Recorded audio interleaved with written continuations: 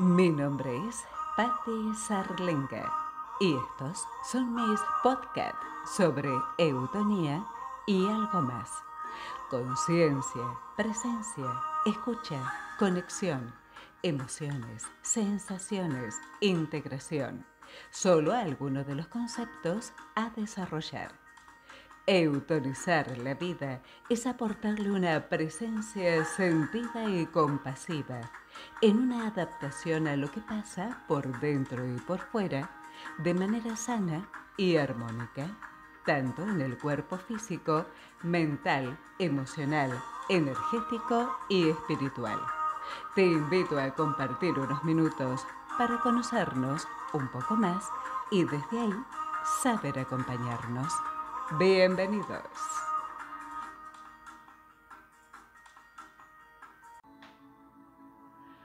Bienvenidos a este primer podcast de eutonía y algo más que lo di en llamar Permiso para sentir. Ni más ni menos, porque creo que es un tema tan fundamental, que hace tanto a nuestra humanidad y que además tiene un momento específico de crisis en este tipo de vida actual, donde sentir ciertas cosas está muy bien, ser positivo, sentirnos felices, sentirnos ponderados, pero sentir otras emociones tan humanas como aquellas que acabo de nombrar está muy mal visto. Lo reprimimos, lo negamos, en algún momento de nuestras vidas y de nuestras historias lo traumamos. Entonces me parece tan importante comenzar de a poco, solo en unos minutos semanales, a tocar estos temas, a entender que tengo que reencontrarme y reconectarme con esa capacidad sintiente que hace a mi humanidad. Siempre me gusta comentar en mis encuentros a través de los talleres de que, a mi punto de vista, y me encantaría saber el tuyo, uno de los grandes problemas actuales es que no nos permitimos sentir. Y tal vez el problema más acuciante es el hecho de no querer sentir lo que siento. Y por no poder y no querer sentir lo que siento, puedo desarrollar conductas autodestructivas, puedo desarrollar conductas compulsivas, puedo, por ejemplo, caer en adicciones, puedo empezar a disociarme, abandonarme, a dejar de acompañarme. Es un tema, como verás, enorme y se me ocurrió, realizando mi práctica personal de eutonía en el piso, también qué pasa con esto de permitirnos sentir cuando hacemos una práctica de movimiento consciente. Yo te voy a hablar de eutonía, que es lo que yo practico, donde yo me desarrollo profesionalmente, una de mis facetas, que en lo personal para mí ha sido un antes y un después de verdad en mi vida, que estoy en un momento también mío, personal, repito la palabra, de reencontrarme profundamente, no solo con la teoría que propone eutonía, sino con la práctica. Y en esto de ir al piso con un cuerpo dolorido, contracturado, tenso, un cuerpo vivo, van apareciendo cosas que me preguntaba cómo lo desarrollamos en una práctica real. Cómo nos permitimos, por ejemplo, mientras estamos haciendo cualquier trabajo. Te repito, yo voy a hacer un poco de énfasis en eutonía, pero anda a otro tipo de práctica consciente. Si querés Feldenkrais, si querés en algún punto yoga, lo que vos quieras, donde no es solamente repetir un movimiento pensando en otra cosa, dividiendo nuevamente este concepto tan trágico para la humanidad que es mente por un lado y cuerpo por el otro. Gracias a Dios, ahora la propia ciencia nos indica que hay un nervio, el 10º nervio craneal, el nervio vago, que justamente tiene como función primordial conectar la mente al cuerpo, la actividad del cerebro al resto del organismo. De eso vamos a hablar en otros encuentros, prometo. Vamos un poquito a esto y mi idea, y estoy abierta a escuchar sugerencias, así que la invitación está hecha, es tocar algún tema, llevarlo a la práctica de eutonía, pero eutonía no solo como los movimientos desde la conciencia, eutonía como un concepto de vida. Empezar a entender que vivir en presencia, abrir una escucha hacia mí misma, hacia mí mismo, empezar a entender que sin autoconocimiento no hay autocuidado y que tengo que entender que la autogestión en mi vida, fíjate cómo repito esta palabrita, autogestión en mi vida es fundamental. Somos una raza que pone muchísimo poder en manos ajenas. Nos sentimos mal y lo que diga el médico es palabra santa, y por supuesto que sí. Por supuesto que es un profesional, pero ¿cómo puede ser que a veces salgo con una receta en mi mano que la compro y empiezo a tomarla como corresponde, porque para eso fui a una consulta, pero en ningún momento pregunté ¿para qué? ¿Cuánto tiempo? ¿Qué va a hacer esto en mi organismo? ¿Voy a tener algún efecto secundario? ¿Cómo puedo acompañar el efecto secundario? ¿Cuál es el diagnóstico? ¿Qué puedo hacer yo para ayudarme más allá de la consulta profesional? ¿Qué puedo hacer yo para acompañar lo que usted, doctor, me está proponiendo? Esas cosas rara vez se nos ocurren, porque ponemos mucho poder afuera. Y esto tiene que ver con tantas cosas. Tiene que ver, por ejemplo, en que no confiamos en lo que pensamos, crianza, entre otras cosas, sistemas de apego, sistemas de creencias. Ya vamos a ir tocando varios temas y vas a ver cómo los vamos a ir relacionando con lo que es ir al cuerpo conscientemente, como propone eutonía. Pero cuando yo no puedo, ¿sí?, confiar en lo que pienso, porque desde pequeño, cuando yo decía algo, me corregían, marcándome mi equivocación, no me enseñaban si eso estaba acorde o no, sino que directamente me decían que estaba mal lo que decía, y mucho más a hueso esto de está mal lo que sentís. Y acá estamos todos los humanos en lo mismo, porque no hay nadie que pueda realmente de forma consciente pensar que no tiene alguna implicancia en esto, porque es humano, porque tiene que ver con nuestra vulnerabilidad humana, porque la humanidad es sinónimo de imperfección y porque lo lindo de estar vivos desde la conciencia es aprender a abrazar nuestra imperfección y nuestra vulnerabilidad, sin crisis, sin críticas, sin buscar un perfeccionismo que solamente nos frustra, nos enoja, nos trauma. Empezar a abrazar un poco esta humanidad sintiente que viene muy compleja en estos tiempos modernos. Entonces te decía, cuando somos chicos y estamos llorando, 2 años, 3 años llorando, pero a moco tendido, porque se rompió nuestro juguete preferido, nuestro autito, nuestra muñeca, lo que sea, y viene mamá y papá para consolarnos a su manera y nos dicen, pero no llores por eso, ¿cómo te vas a poner así por eso? Pero ¿no ves que no vale la pena? Mira, estás poniendo mal a mamá llorando así. ¿Quién no escuchó eso alguna vez?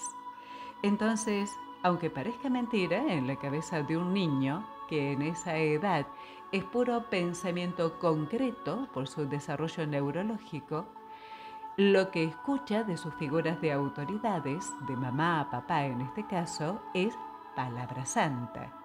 Entonces algo dentro del chico empieza a poner en duda lo que siente. Parece que esto que estoy sintiendo no está bien porque me indica que estoy exagerando o que no debería sentir eso.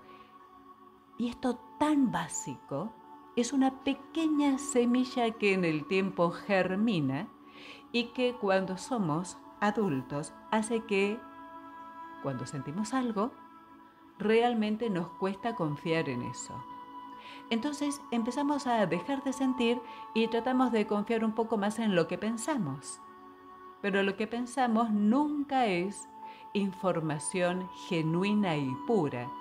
Lo que pienso siempre es una información condicionada por la crianza, por las creencias, por las experiencias propias y ajenas, por el entorno social.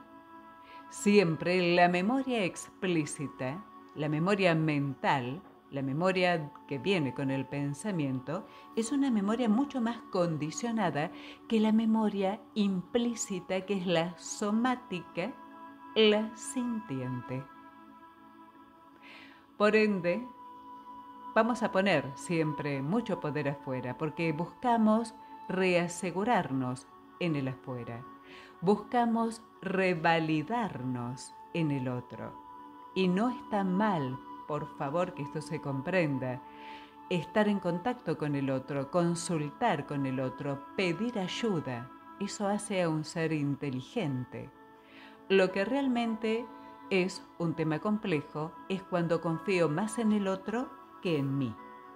Cuando empiezo a romper la conexión conmigo mismo, conmigo misma, porque no soy un puerto seguro donde estar y donde desarrollarme y donde asentarme. ¿Se va comprendiendo un poquito? Así jugamos, una idea que iremos desarrollando en estos encuentros a través de esta modalidad de podcast. Esto de sentir para mí es fundamental. Yo como terapeuta somática y a punto ya de certificar como terapeuta con orientación en focusing, realmente lo trabajo mucho. Como neuropsicoeducadora, certificada en la UBA, en la Facultad de Medicina, el trabajo de la emoción desde la neurociencia lo indica de manera muy concreta. Y como eutonista, entender en este triángulo personal que he armado desde lo profesional y desde lo personal, me lleva mucho a hablar de este tema que hoy te propongo, de darnos un permiso para sentir lo que siento. Aunque lo que sienta en un primer momento para mí no sea correcto, porque creo que no está bien. Fíjate, creo una creencia que ya entra a modificar la conexión con esa memoria implícita. Es interesante también, y acá me viene algo que quiero compartir con vos, nunca debemos cuestionar lo que sentimos. A mí me encanta decir siempre que lo que sentimos es sagrado. Sagrado es información pura, información que me conecta a mi humanidad. Una cosa es lo que siento, eso sí te lo aclaro. Otra muy distinta es qué hago con lo que siento. Entre lo que siento y lo que hago hay un espacio que yo puedo ir generando para empezar a ser un ser que responde ante la vida, ante los estímulos internos y externos, y no solamente un ser que reacciona. Eso sería realmente un espacio de libertad, lo que siempre denominamos como gestionar lo que sentimos. Así que lo que siento es sagrado. ¿Qué hago con lo que siento hacia mi responsabilidad como ser humano consciente?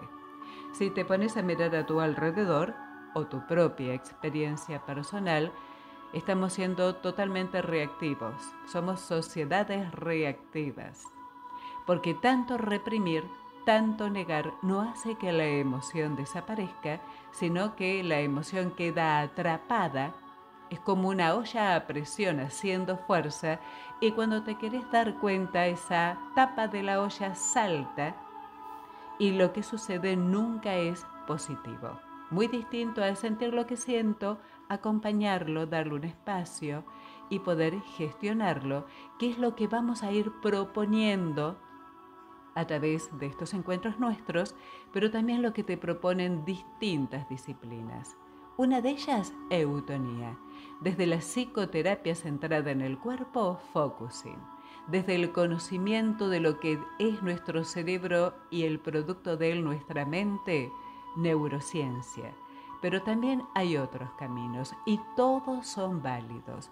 Busca el que vaya bien con vos, pero la información que vas a tener aquí la vas a poder de alguna manera desarrollar en lo que vos elijas. No te estoy vendiendo estas disciplinas, no.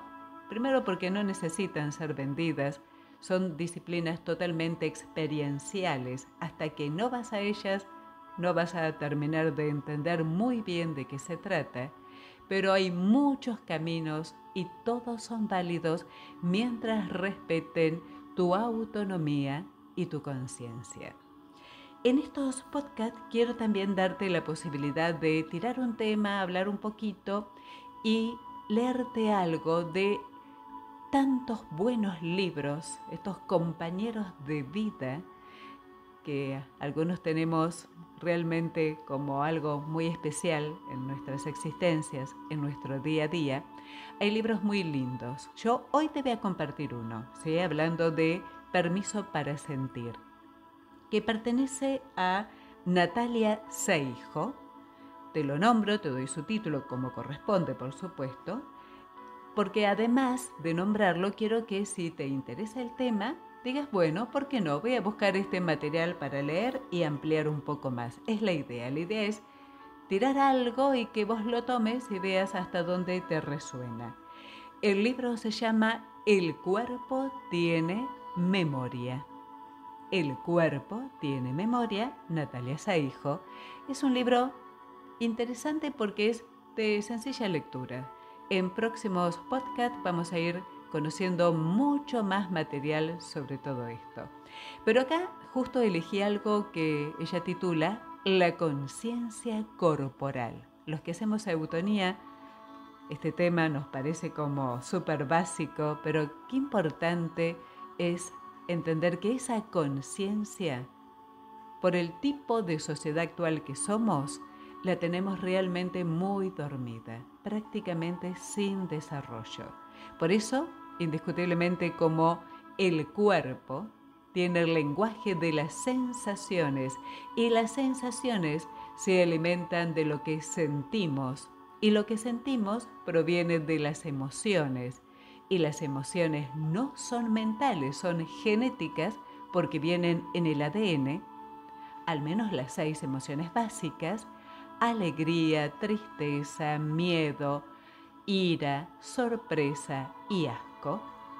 Entonces date cuenta que si yo no tengo conciencia corporal, me está faltando un camino de conexión para poder entender qué estoy sintiendo, para poder decodificar esa sensación que mi cuerpo me está ofreciendo. Bueno, comienza diciendo esta partecita del libro de Natalia Saijo: habitar el cuerpo, o lo que es lo mismo, vivir conscientemente en el cuerpo, es necesario para estar en contacto con él y sus necesidades. Debemos atender a las señales básicas que nos manda nuestro organismo si no queremos que pasen desapercibidas y conlleven consecuencias desagradables. Para acceder al cuerpo y a su inteligencia innata, se hace necesario estar en el cuerpo, lo que se llama corporalizarlo, habitarlo. Aunque parece que habitar y corporalizar el cuerpo viene dado por la propia vida, esto no es así. Existen varias circunstancias en la historia de una persona que puede provocar que se deje de habitar, y un cuerpo no habitado, no corporalizado, es un cuerpo no sentido. ¿Quién querría no sentir el cuerpo? Mira, uno de mis pacientes me dio esta respuesta: no quiero sentir mi cuerpo porque sentirlo es la condena de conectar con mis emociones. La desconexión del cuerpo es una de las protecciones más automáticas cuando se sufre desde el cuerpo y en el cuerpo. Experiencias de vida de maltrato, situaciones de abuso sexual, emocional, verbal, accidentes que provocan lesiones, intervenciones médicas, enfermedades autoinmunes, dolor crónico, problemas o defectos físicos, bullying, situaciones de vergüenza repetida o humillación, duelos que se complican. Todas estas circunstancias pueden provocar que alguien desconecte de su cuerpo.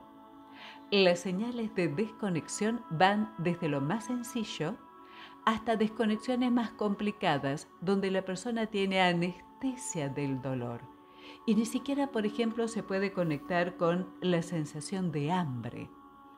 Cuando el cuerpo no está habitado, se corre el riesgo de que no esté siendo cuidado y la persona no sea consciente porque no sabe leer las señales. En algunos casos hay una negación y la persona está convencida de que no hay que prestar atención a lo que venga del cuerpo. Y en otros casos, la persona se llega a asustar porque de repente siente unos síntomas con los que no contaba, como si el cuerpo no hubiese dado señales con anterioridad. Para ejemplificar estas actitudes, pongamos el ejemplo de una persona que sufre de gota, una enfermedad producida por la acumulación de ácido úrico en forma de cristales. El paciente padece un dolor bastante intenso y tiene que hacer cambios a nivel alimentario, como dejar de comer carne roja y de beber alcohol para evitar el exceso de ácido. La solución parece sencilla. Sin embargo, dicho paciente no hace los cambios pertinentes y el dolor vuelve una y otra vez porque aumenta el ácido úrico.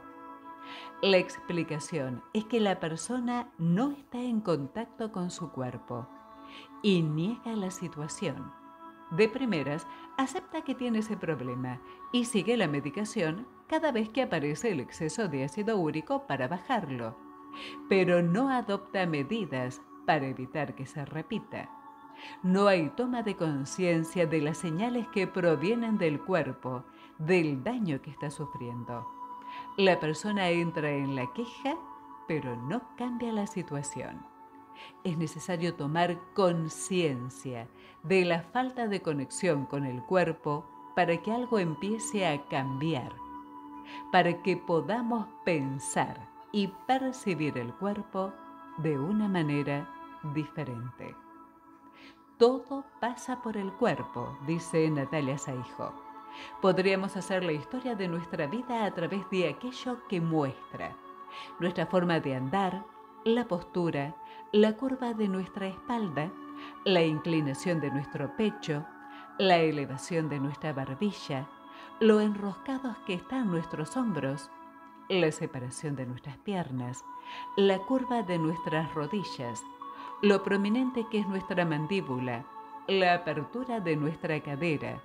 Mira, las diferencias entre las personas y sus cuerpos configuran el mapa de la historia vivida.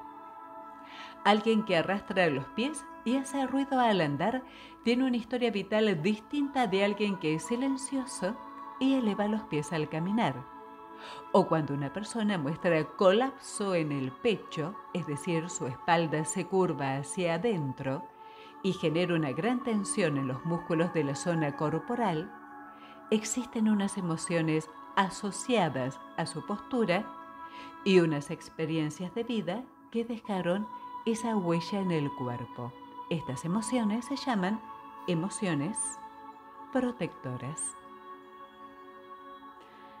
Bien, por hoy lo vamos a dejar acá, ¿sí? A la lectura de El cuerpo tiene memoria, de Natalia Saijo, que te lo traigo como una invitación a que puedas abrir un espacio para seguir explorando el tema de hoy, que es permiso para sentir, darnos permiso para sentir, preguntarme si de verdad me lo estoy dando, hasta dónde entro sin juzgar, sin criticar, sin reprimir, sin negar, en ese mundo de sensaciones, que es mi memoria implícita, que es mi campo intuitivo, que es la información más primaria y más genuina que como ser humano puedo tener.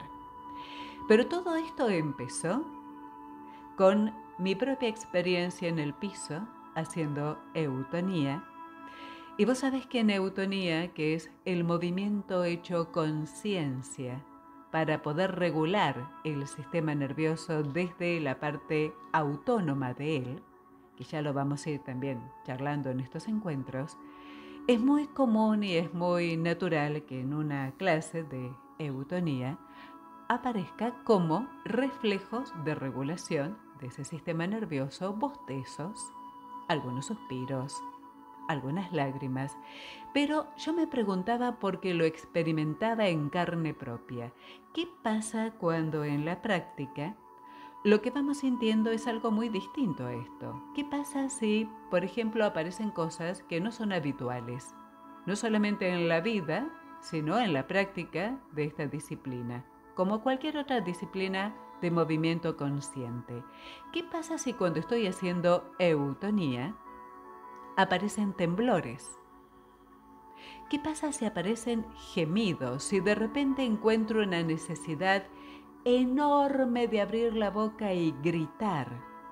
Si comienzo a notar movimientos involuntarios que, por involuntarios, no puedo controlar, entre otras cosas.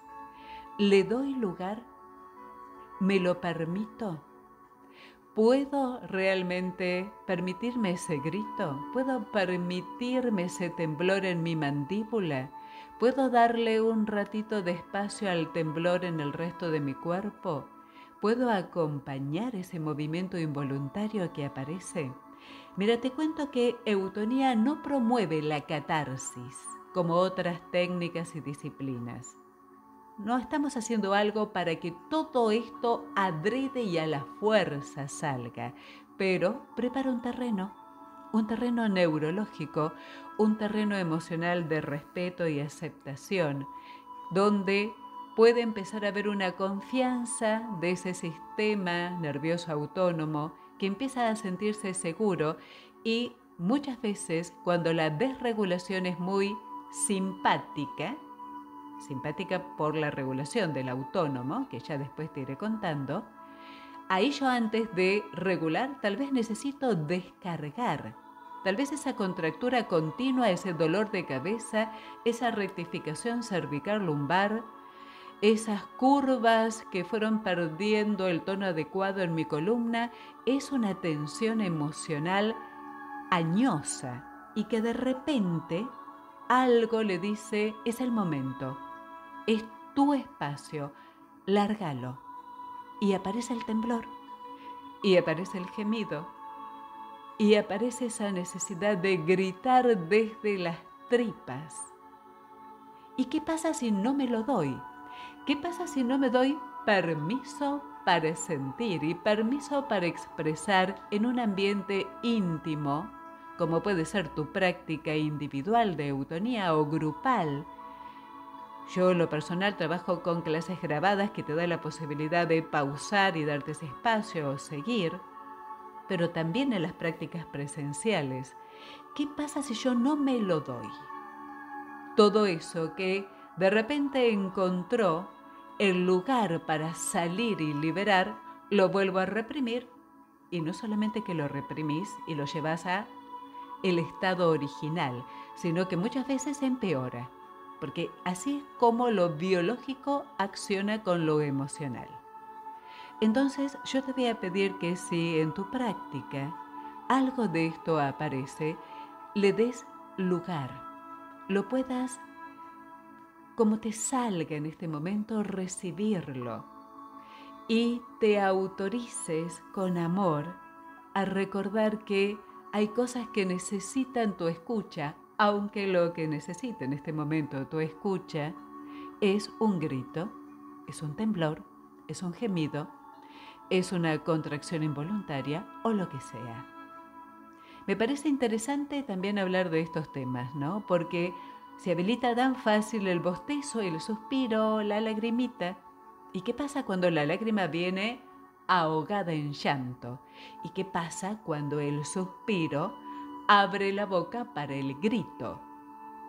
Me lo puedo permitir, puedo entender que eso es mi biología expresando mi biografía. Compasión, aceptación, acompañamiento consciente, integrar mis partes rotas, pero de ninguna manera dañadas.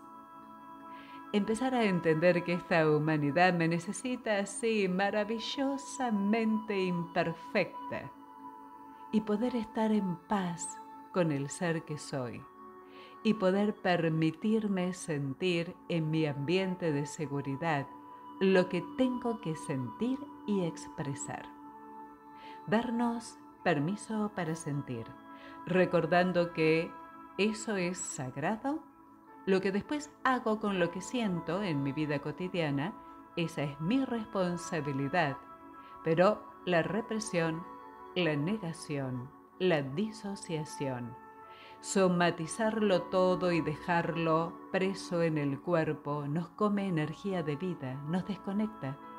Pasamos a ser un piloto automático viviendo y no un ser consciente experimentando. Y si algo te propone eutonía, es experimentar la vida en presencia. Me encanta tener estos minutos. Van a ser semanales, para no robarte mucho tiempo. Siempre te voy a proponer un libro para que puedas ampliar un poco el concepto y a partir de del próximo podcast, ¿sí? Va a haber unos minutos finales con una pequeña práctica para que la teoría que ahora queda ahí dando vuelta en vos pase a ser también una experiencia. Eutonicemos la vida, momento a momento, en presencia, en conciencia, abrazando lo que somos y recordando que tenemos derecho a transitar la vida en paz. No tengo que ser más que lo que soy. No necesito llenar las expectativas de nadie, porque ser quien soy alcanza y sobra. Eutonía como un camino de autoconocimiento para el autocuidado. Mi experiencia personal que te la comparto. Mi nombre es Patti Sarlinga. Gracias por este ratito juntos y Dios mediante, nos encontramos la próxima semana.